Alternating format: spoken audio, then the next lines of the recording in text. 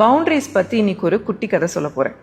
ஒரு கிராமம் இருக்குது. கிராமத்தோட எல்லையில் ஒரு கோவில். அந்த கோவிலுக்கு 2 வழியாக போகலாம். ஒன்று ஒரு ஒத்தடி பாதையில் போகலாம், இல்லைன்னா தூரமாக சுற்றி ஒரு ஆற்று வழியாக போகலாம். ஒத்தடி பாதையில் யாருமே போக மாட்டாங்க, ஏன்னா அங்கே ஒரு பாம்பு வரவங்களெல்லாம் கடிச்சிட்டு இருக்கும்.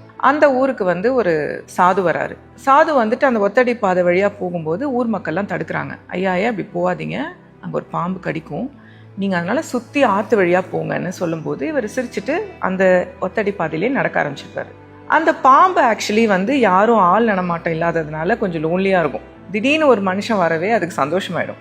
இந்த சாது கிட்ட வருது, ஐயா ஏன் யாரும் இந்த பக்கம் வர மாட்டேங்கிறாங்க, ரொம்ப தனிமையாக இருக்கீன்னு எனக்கு இருக்குது அப்படின்னு சொல்லுதான். அதுக்கு அந்த சாது சொன்னாரா, நீ ஏன் வரவங்களெல்லாம் கடிக்கிற, ஏன் ஹார்ம் பண்ணுற, நீ யாரும் ஹார்ம் பண்ணலன்னா இந்த பக்கம் வந்துட்டு போவாங்க அப்படின்னு சொல்லிட்டு அவர் கோயிலுக்கு போயிடுறாரு.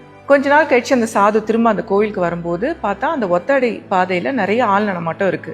பரவாயில்லையே, நம்ம சொன்னதை பாம்பு கேட்டுருச்சுன்னு சந்தோஷப்பட்டு சிரிச்சுட்டே போறாரு. அந்த பாம்பு தேடி போகும்போது அது சாக கிடக்கிற நிலைமையில இருக்கு, உடம்பெல்லாம் அடி.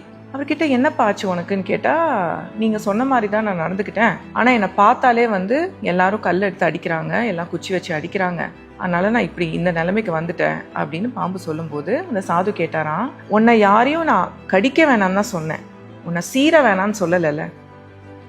உனக்கு ஒரு ஆபத்து வரும்போது உன்னை ப்ரொடெக்ட் பண்ணிக்கிறது உன்னோட உரிமை மட்டும் கிடையாது, உன்னோட கடமை கூட.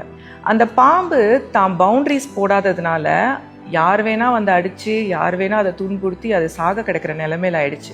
நம்ம கூட நிறைய விஷயத்துல பவுண்டரிஸே இல்லாம யார் வேணா நம்மளை என்ன வேணா சொல்லலாம், எப்படி வேணா நடத்தலாம் அப்படிங்கிறதுனால நிறைய டைம் ரொம்ப ஹர்ட் ஆகிறோம். உங்களுக்கு ஒரு ஆபத்து வந்துச்சுன்னா, உங்களுக்கு ஒரு அவமானம் வந்துச்சுன்னா கண்டிப்பாக எழுந்து சீருங்க. Draw your boundaries.